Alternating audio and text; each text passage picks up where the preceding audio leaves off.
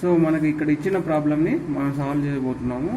So మే 2017లో ఇచ్చారు ఈ problem. So bell convent cycle. So ఈ ప్రాబ్లంలో మనకు ఇచ్చిన డేటా ఏం ఇచ్చారంటే before compressor what is the temperature. So before compressor what is the temperature -5 degrees ఇచ్చారు. So that is before compressor means that is ఆబ్వియస్గా మనకి it is T1. So T1 ఇచ్చారు.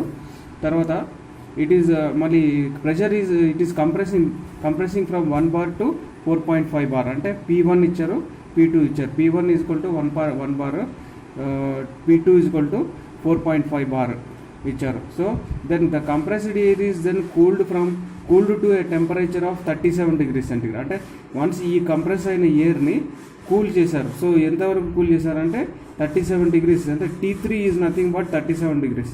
So they have given the T3 which is nothing but 37 degrees.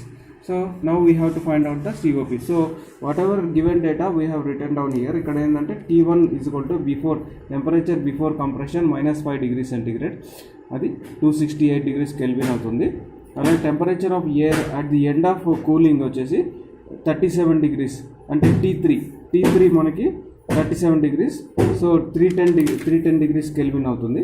So pressure initial pressure 1 bar ఇచ్చారు P1 and final pressure after compression is P2 is equal to 4.5 bar ఇచ్చారు. So మనకు కనుక్కోవాల్సింది ఏంటంటే COP. So COP అంటే మనకి formula ఏంటంటే జనరల్గా COP is nothing but heat extracted divided by work done.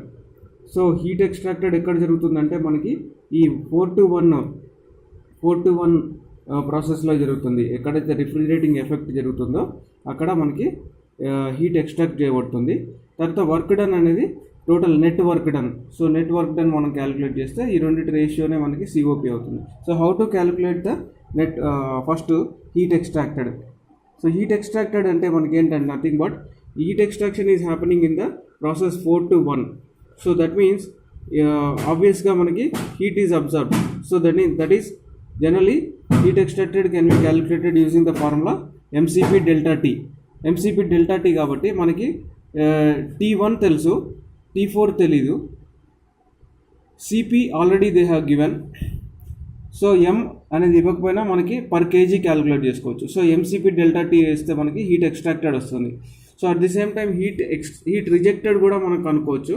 That is MCP delta T again MCP into T2 this is T2 minus T3 వేస్తే మనకి MCP delta T అది heat rejected వస్తుంది.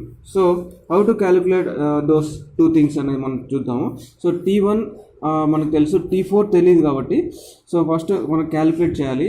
అలాగే T2 మనకి what is given T3 తెలుసు, T3 is given but T2 we don't know.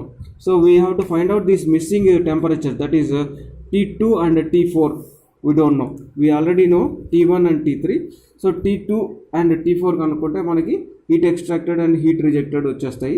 So దానికి ఏంటంటే formula first T2 ఎలా కనుక్కోవాలి.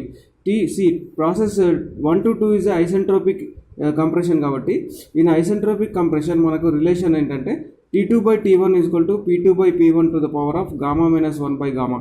So therefore we can substitute all these values మనకు తెలుసు. సో T1 వచ్చేసి 268 degrees, P2 వచ్చేసి 4.5, P1 1.